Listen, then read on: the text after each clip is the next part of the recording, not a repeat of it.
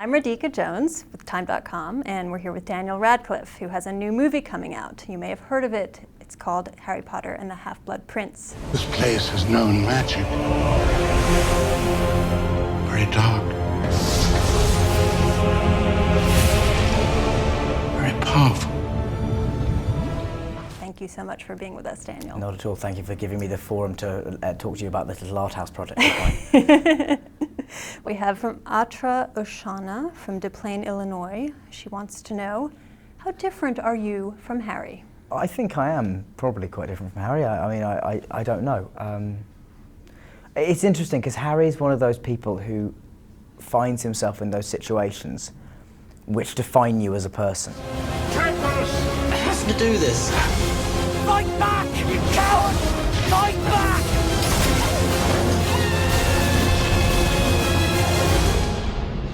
It's those moments that you go, would I have the guts to do that? Would I have the guts to try?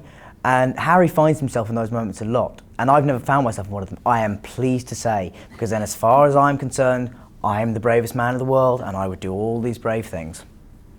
And you've grown up with this character, so... And I've grown up with the character, so it's kind of hard sometimes. I mean, there are things I really like about Harry. I mean, I think he's a very... similarly, you know, we both, neither of us particularly wear our hearts on our sleeves a lot of the time. I think we're both quite reserved in terms of how much we show of how we feel and things like that. And I think also we have a curiosity, and also the value of friendship in both of our lives is immense. Susan Bevins, Winter Park, Florida. She asks, what do you think has been Harry's greatest misstep or failure in judgment? You know what? I hadn't really thought about that. I think Harry's a flawed character. You know, I think he can be quite selfish and quite and very really manipulative. Like he's not all sweetness and light. And yeah, so I suppose the biggest misjudgment would have to be the way he treated his friends earlier on in the series was a mark of fallibility for Harry, certainly. Question from Frank Hibrand, Cincinnati, Ohio. The Harry Potter films have given you a chance to work with an extraordinary number of British acting royalty. Maggie Smith, Richard Harris, John Hurt.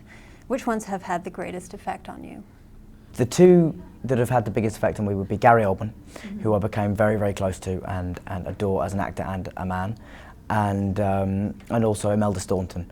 Is just, they're both wonderful people and wonderful actors. I mean, Gary, I was very, very sad when he you know, died and had to leave the series. But I had an amazing moment though, because I went into makeup and hair, and he said, I really hope he doesn't mind me telling the story. It shows him as being so wonderful and human for somebody who's the most talented actor I can possibly imagine. And he said, Dan, do you think I've been a good serious? I just went, yes, you've been amazing, Gary. And he said, do you not think somebody else, and he did name an actor, but I'm not sure I should mention them, would have been better? And I said, no, you're fantastic. And then when we said goodbye, it was amazing because working with me had meant a lot to him.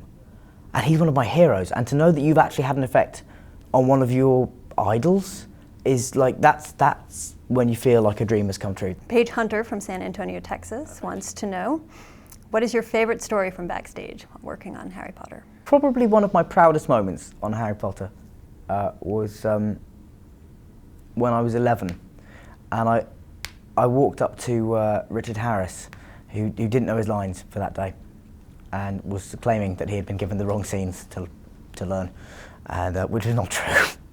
And I went up to him, and in a moment of what I can only describe as 11-year-old politic diplomacy genius, I went up to him and said, excuse me, Mr. Harris, I'm having some trouble, would you mind running my lines with me? In an effort to try and get him to read it again. And that's the smartest thing I've probably ever done in my life. I peaked way too soon, and I've not done anything even remotely as impressive since. If you could use any of the magical spells from Harry Potter, which one would you choose? This is from Sohini Desai in San Diego, California. I don't know if it would be a spell. I was thinking about this. There is one Wingardium Leviosa which makes things levitate, and I think you can also float them towards you, which would be handy because I can be quite lazy, and so if you know when the remote control is just a little bit far away, and you can just well, but actually, then hold on. What if the wand was too far away? What about the lucky potion? That's not a spell. That's a potion. You're right. You're right. But you if I really could- you if I listen could to the br- questions. This is good. I do. Yes. Yeah. Yes. But I would. If I could choose any magical thing to do, it would definitely be the luck potion. It would be fantastic. It's just it's a wonderful idea. Just to have Every day, that a little one hit. day. No, not every day. Because if you have it too much, apparently it screws you up. But I just to have the idea of having that perfect day. Francis Taylor, Sarnia, Canada, wants to know, what do you think about the way J.K. Rowling formed the plots of the books? I think it's it's incredible. Obviously, it's inspired. Otherwise, they wouldn't have done nearly as well as they had. They have taken the best kind of bits of literature. It's the latest in the long line of kind of orphan literature. There's bits of mythology. There's the English boarding school. There's all the good versus evil thing. There's all these things in it. Revenge, absolutely. Yeah, True love. completely. Yes, absolutely. Love's an interesting thing for Harry though, because love for Harry has got really close associations with death, because it's what his mother's love saved him, and it's all a bit weird. Yes, he's a Freudian nutjob, isn't he? But no, in answer to your original question, yes, I love the way J.K. Rowling has formed these plots, and ultimately, the plots of the books have meant that people all over the world, kids all over the world have started reading, and so hey, you can't knock them.